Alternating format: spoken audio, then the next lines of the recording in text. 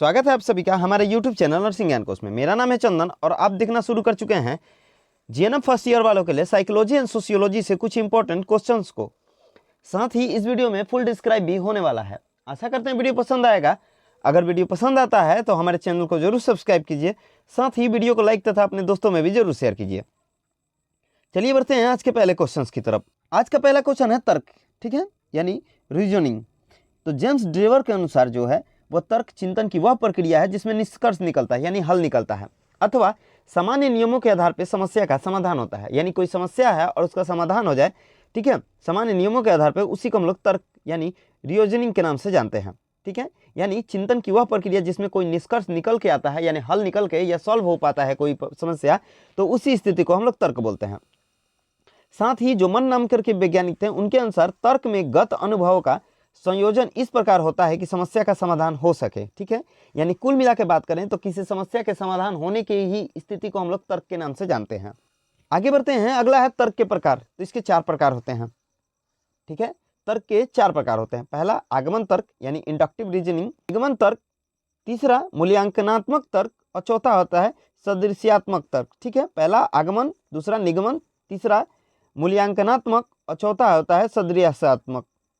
ठीक है, तो ये 4 प्रकार के तर्क होते हैं। कई बारी से हम सभी तर्कों को देखेंगे। तो पहला है आगमन तर्क।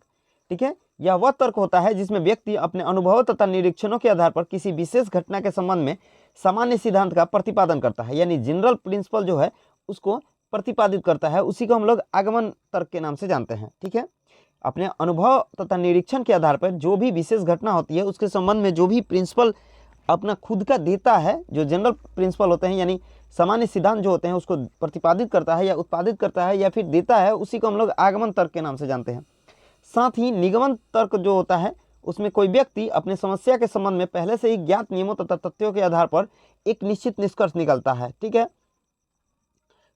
किसी समस्या के पहले से ही अगर कोई जानकारी हमारे पास है तो उसके बारे में हम लोग निष्कर्ष निकालते हैं, वो निगमन तर्क के अनुसार कार्य करता है। साथ ही मूल्यांकनात्मक तर्क जो होता है उसमें कोई व्यक्ति किसी घटना या समस्या का समाधान निकालता तो है, लेकिन प्रत्येक संभावित उपाय के गुण व दोष की जांच परख भी करता है। यानी मूल्यांकन करके जो तर्क वितर्क हम लोग करते हैं, ठीक है, जो जांच परख करके हम लोग जो तर्क लेते हैं या समस्या का समाधान करते हैं, उसी को हम लोग मूल्यांकन तर्क के नाम से जानते हैं। साथ ही इसमें व्यक्ति दूसरे के द्वारा सुझाए गए उपायों को भी जांच परख के बाद स्वीकार करता है। अगला है सदृश्यात्मक तर्क। ठीक है, जिसे एनालॉजिकल रीजनिंग के नाम से जानते हैं। इस प्रकार के तर्क में व्यक्ति एक ही प्रकार के 2 घटनाओं में समानता के आधार पर विश्लेषण करता है, यानी 2 घटनाओं को तुल्यांकित करके और जो हम लोग समस्या का समाधान या हल निकालते हैं उसी को हम लोग सदृश्यात्मक तर्क बोलते हैं, यानी एनालॉजिकल रीजनिंग बोलते हैं। अगला है समस्या समाधान। ठीक है, यानी प्रॉब्लम सॉल्विंग। अभी हम लोगों ने तर्क को देखा, अब अगला क्वेश्चन है समस्या का समाधान। ठीक है, कोई भी समस्या हमारे पास आ रही है और उसका हम लोग हल निकाल रहे हैं, उसी को हम लोग समस्या समाधान बोलते हैं जनरली। तो व्हिटिंग तथा विलियम्स जो वैज्ञानिक थे उनके अनुसार समस्या समाधान का अर्थ होता है बाधाओं को दूर करना तथा लक्ष्य की ओर पहुंचने के लिए न्यूनतम पर्यायों का उपयोग करना होता है। ठीक है, यानी किसी भी प्रॉब्लम का हम लोग सॉल्यूशन करते हैं जिसमें बाधाओं को दूर करते हैं तथा लक्ष्य की ओर पहुंचने के लिए जो कम से कम प्रक्रिया का उपयोग करते हैं, उसी को हम लोग समस्या का समाधान बोलते हैं। अर्थात समस्या समाधान का समाधान सीखने से है, प्रयास एवं त्रुटि द्वारा सीखना तथा नैमित्तिक अनुबंध एक प्रकार का समस्या समाधान ही है। ठीक है, यानी सीखना जो होता है वो समाधान का एक हिस्सा होता है। अगर हमारे द्वारा प्रयास किए जा रहे हैं और बार बार त्रुटि या गलती वगैरह हो रहा है, उससे हम लोग सीख ले रहे हैं, तो वही होता है समस्या का समाधान। ठीक है, आगे बढ़ते हैं। अगला है समस्या समाधान की विधियां, यानी मेथड ऑफ प्रॉब्लम, ठीक है, सॉल्विंग। पहला है प्रयास एवं त्रुटि विधि, जिसमें हम लोग कोई भी कार्य को प्रयासरत करते हैं या प्रयास करते हैं, ट्राई करते हैं, और उसमें जो होता है वो कोई ना कोई त्रुटि रह जाता है या फिर वो गलती हो जाता है।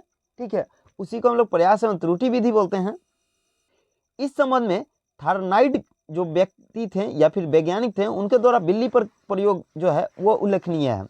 साथ ही अंतर्दृष्टि विधि जो होती है यानी इनसाइड मेथड, इसमें कुछ कोटि के प्राणी आते हैं जैसे मनुष्य जो कि इस विधि का प्रयोग करते हैं। ठीक है, अंतर्दृष्टि विधि जो है वो मनुष्य द्वारा अपनाई जाने वाली एक सामान्य विधि है। साथ ही अतिरिक्त अन्वेषण विधि यानी रैंडम सर्च मेथड जो होता है वह किसी व्यक्ति द्वारा समस्या समाधान हेतु किसी विशेष तरह की संभावित अनुक्रिया करता है, वो होता है यादृच्छिक अन्वेषण विधि।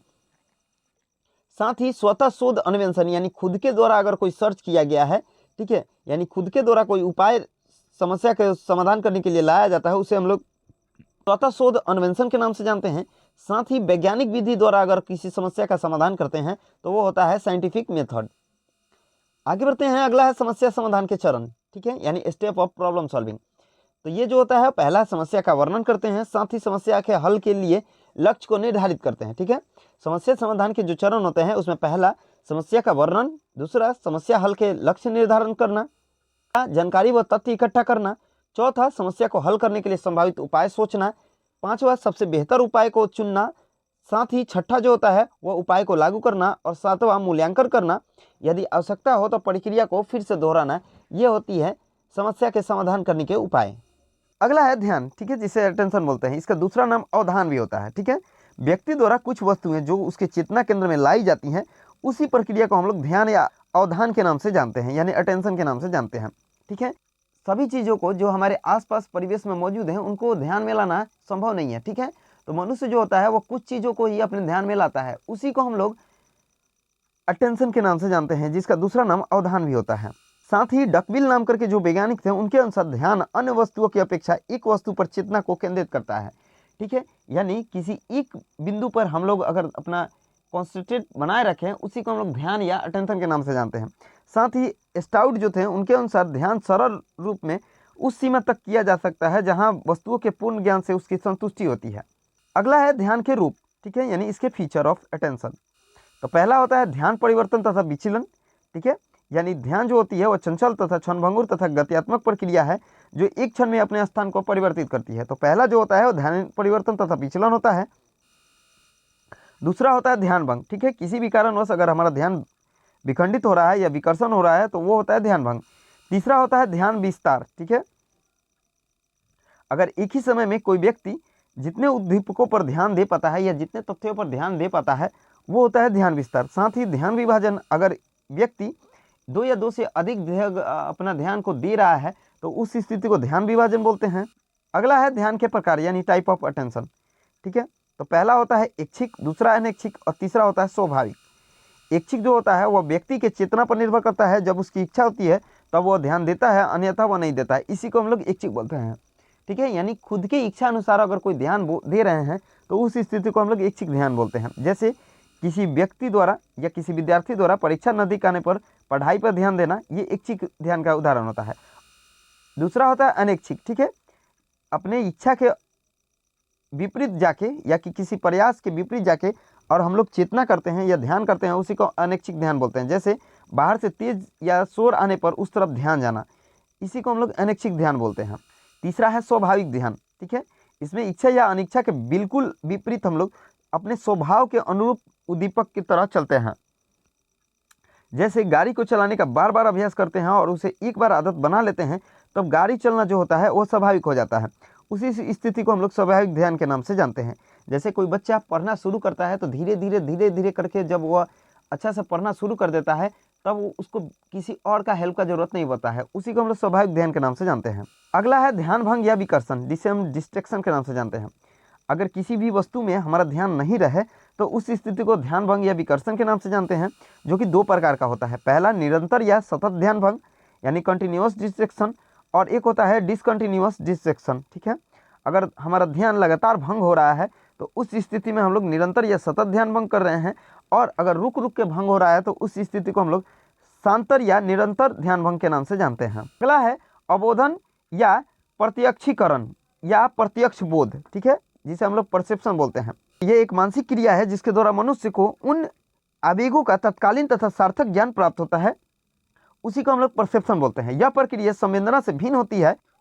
इसमें व्यक्ति को न केवल उद्दीपकों का परिचय होता है बल्कि उसके विषय में भी ज्ञान प्राप्त होता है, ठीक है। यानी किसी उद्दीपक तथा उत्तेजना के बारे में जो भी हम लोग सार्थक ज्ञान प्राप्त करते हैं उसी को हम लोग परसेप्शन बोलते हैं। वुडवर्थ के अनुसार जो है प्रत्यक्षीकरण इंद्रियों की सहायता से, ठीक है, पदार्थ या बाह्य घटना को जानने की क्रिया होती है, ठीक है। हमारे जो सेंसरी जो ऑर्गन है उनके द्वारा जो भी पदार्थ या बाह्य घटनाएं हैं उसको जानने की क्रिया को ही हम लोग परसेप्शन के नाम से जानते हैं।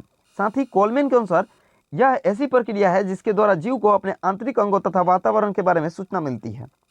अगला है इल्सन। ठीक है, अगला है इल्सन, वह स्थिति जिसमें कोई व्यक्ति किसी वस्तु या उद्दीपक का सही प्रत्यक्षकरण नहीं कर पाता है, यानी परसेप्शन नहीं कर पाता है, उसी स्थिति को हम लोग भ्रम बोलते हैं। ठीक है, यानी किसी वस्तु या उद्दीपक का सही जानकारी ना ले पाना या फिर ध्यान नहीं कर पाना, उसी को हम लोग इल्सन यानी भ्रम के नाम से जानते हैं।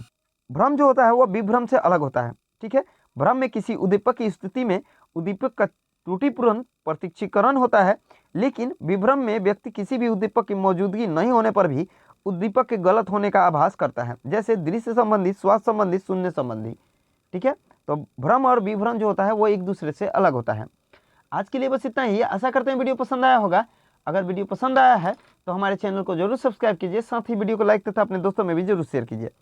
अगर आप इस वीडियो से संबंधित पीडीएफ को देखना चाहते हैं तो हमारे डिस्क्रिप्शन बॉक्स में लिंक मौजूद है, जिस पे आप टैप करके पीडीएफ को देख सकते हैं। मिलते हैं नेक्स्ट वीडियो में, तब तक के लिए धन्यवाद।